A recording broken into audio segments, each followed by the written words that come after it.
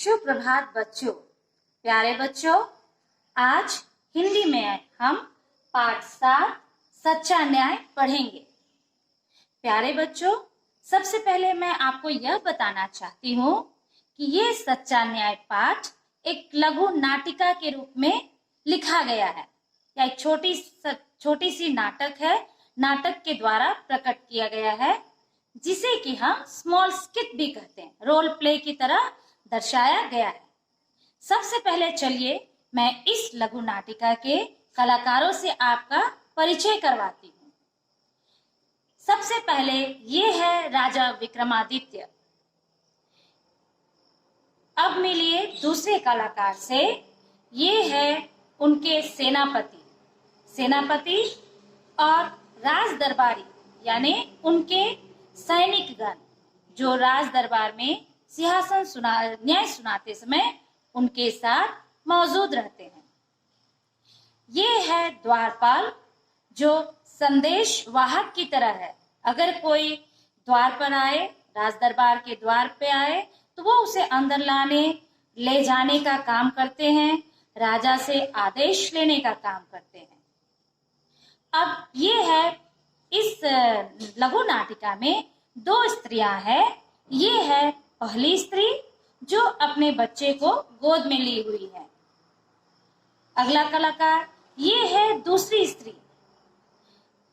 प्यारे बच्चों, अगर आप ध्यान से देखेंगे तो इस स्त्री के, औरत के चेहरे पे एक चालाकी का नजर आता है, एक धूर्तता की नजर आती है। चलिए अब हम मिलते हैं लास्ट कलाकार या पात्र से। इस नाटक में छोटा सा बच्चा, ये रहा छोटा सा बच्चा जो कि यह पहली स्त्री का बच्चा है। ठीक है बच्चों, अभी हम चलते हैं इस पाठ के 2 महान व्यक्तियों की जानकारी लेने।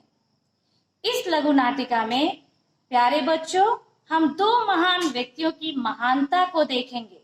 सबसे पहले महाराजा और राजा विक्रमादित्य और दूसरा पहली स्त्री। तो चलिए इस वीडियो में हम देखते हैं महाराजा विक्रमादित्य के बारे में। राजा विक्रमादित्य सबसे शक्तिशाली सम्राट थे। मीन्स वो जब भी कहीं युद्ध लड़ने जाते थे तो हमेशा उनके युद्ध में विजयी होती थी। कहा जाता है वे पूरी दुनिया के सम्राट थे।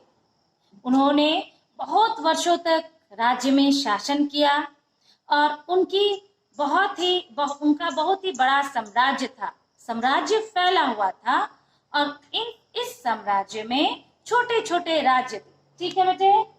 उसके बाद राजा विक्रमादित्य को चक्रवर्ती सम्राट की उपाधि मिली थी या उनको सम्राट कहते थे।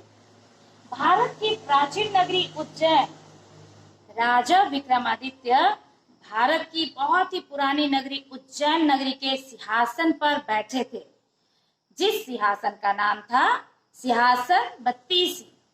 तो ये रहा सिंहासन बत्तीसी का दृश्य या चित्र।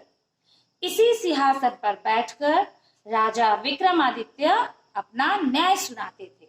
ठीक है बच्चों, सिंहासन बत्तीसी पर बैठकर वो अपना न्याय सुनाते थे। राजा विक्रमादित्य अपने न्याय, उदारता और वीरता के लिए प्रसिद्ध थे।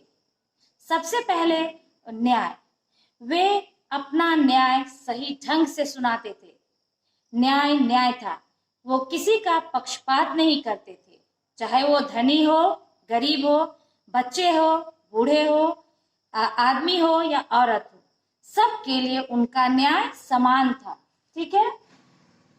राजा विक्रमादित्य युद्ध में हमेशा विजय प्राप्त करते थे।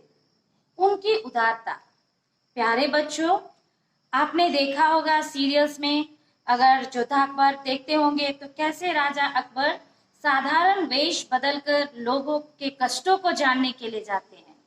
उसी तरह राजा विक्रमादित्य उदार दिल के थे। वो लोगों के प्रति उसमें इतनी उदारता, इतना प्यार था कि बहुत बार वे साधारण कपड़ों में लोगों के बीच जाया करते थे अपने लोगों के, राज्य के लोगों के कष्टों के बारे में जानने के लिए। और वे विशेषकर गरीब, दीनहीन के प्रति उदार थे। अपने कामों, अपने चीजों के द्वारा अपनी उदारता प्रकट करते थे। राजा विक्रमादित्य को देवता तुल्य माना जाता था, यानी उसका शासन देवता के समान था। किसी का पक्षपात नहीं करते थे, वो हमेशा सच्चा न्याय सुनाते थे। ठीक है प्यारे बच्चों, अगले वीडियो में हम देखेंगे इस नाटक के अगला भाग। इस नाटक में कैसे दो स्त्रियां झगड़ा लेकर न्यायालय में आती हैं। थैंक यू बच्चों।